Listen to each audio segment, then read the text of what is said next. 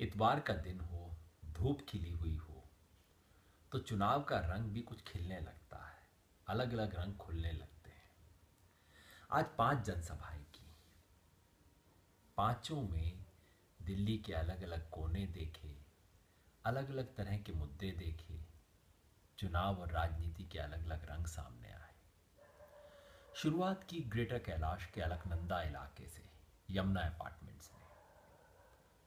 दिल्ली का बिल्कुल जो ऊपरी तबका है, कहते हैं हम सब अपने आप को मिडिल क्लास हैं, लेकिन ऊपरी तबका है वो। वहाँ बहुत खूबसूरत चीज़ दिखाई दी। यमुना अपार्टमेंट्स के लोग एनवायरनमेंट के बारे में बहुत कीन है, बहुत सीखना चाहते हैं। सवाल ये थे कि रेन वाटर हार्वेस्टिंग कैसे होगी। सवाल ये थे कि हमारे पार्क में बच्चे रह घूम सकें, कैसे होगा। साइकिल के लिए अलग रास्ता होगा या नहीं। पैदल चलने वालों के लिए सड़क पे अलग से रास्ता क्यों नहीं होता। कहीं आप पॉपुलिज्म के अंदर आके जो एनक्रोचमेंट है उसको रहने तो नहीं देंगे, क्या करेंगे। समझाने की कोशिश की मैंने कि राजनीति में कैसे सबको साथ लेके चलना है। जो एनक्रोचमेंट करता है वो क्यों करता है, उसको वैकल्पिक जगह जब तक नहीं देंगे तब तक कैसे एनक्रोचमेंट खत्म हो सकता है। अच्छी बात हुई अंग्रेजी में। फिर गए द्वारका में, सेक्टर 9, मध्यम वर्गीय इलाका। संपन्नता है लेकिन पानी नहीं है। इतना बड़ा इलाका बना दिया है बिना पानी की व्यवस्था किए। हमारे उम्मीदवार कर्नल सहरावत समझा रहे थे कि पानी की स्थिति बेहतर करने के लिए क्या क्या योजना है, क्या कुछ किया जा सकता है।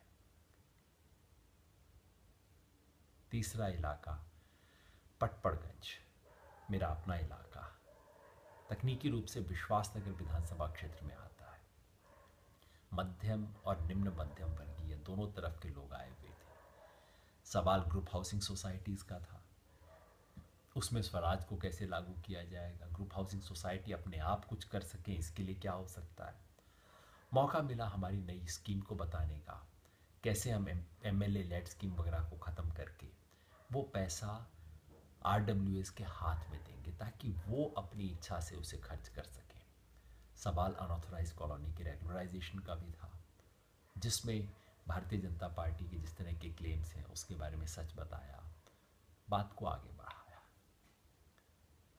हाँ, जब उधर गए थे दक्षिण दिल्ली में बिजवासन में, तो वहाँ कापसहेड़ा गांव भी गए थे। मुद्दा था भूमि के अधिग्रहण का। किसान ठगा हुआ महसूस करता है। सरकार कहती है कि अगर ज़मीन की रजिस्ट्री करवानी है कम से कम 16,000 रुपये स्क्वायर यार्ड में करवाओ, क्योंकि उससे तो कम रेट हो ही नहीं सकता। लेकिन वही सरकार जब किसान से ज़मीन लेती है, एक्वायर करती है, उसे पता है कितना कॉम्पेंसेशन देती है? 450 रुपये स्क्वायर गज। ये बात कर्नल सहरावत ने रखी। और ऑर्डिनेंस जो आया भूमि अधिग्रहण पे, उसके बारे में, उसके विरुद्ध हमने बात रखी। मगर गांव से आप ये मत समझ लेना कि वहाँ सिर्फ गांव वाले रहते हैं। 2/3 आबादी दरअसल वहाँ बिहार और उत्तर प्रदेश के लोगों की है। किराएदार हैं, उनकी अपनी समस्याएं हैं, मूलभूत चीज़ों की कमी है, वो सब मुद्दे आए। शाम को आखिरी 5वीं सभा हुई बाबरपुर में, जनता कॉलोनी, पीली मिट्टी। वैसे पीली मिट्टी क्यों कहते हैं समझ नहीं आया। वहाँ हर किस्म की बुनियादी समस्या मौजूद थी। हर बुनियादी सुविधा का अभाव, और साथ में सांप्रदायिक तनाव का मुद्दा और उसे भड़काने की तैयारी। आम आदमी पार्टी ने गोपाल राय भाई के नेतृत्व में वहाँ एक अमन का अभियान चलाया है, हिंदू मुसलमान को जोड़ने का अभियान चलाया है।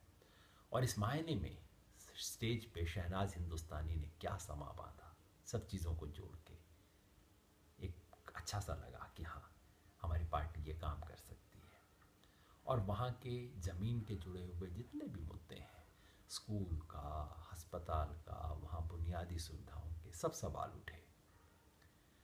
5 जनसभाएं, 5 चेहरे, दिल्ली के 5 रंग। कभी कभी लगता है एक शहर नहीं है, पता नहीं कितने शहर हैं इस दिल्ली के अंदर।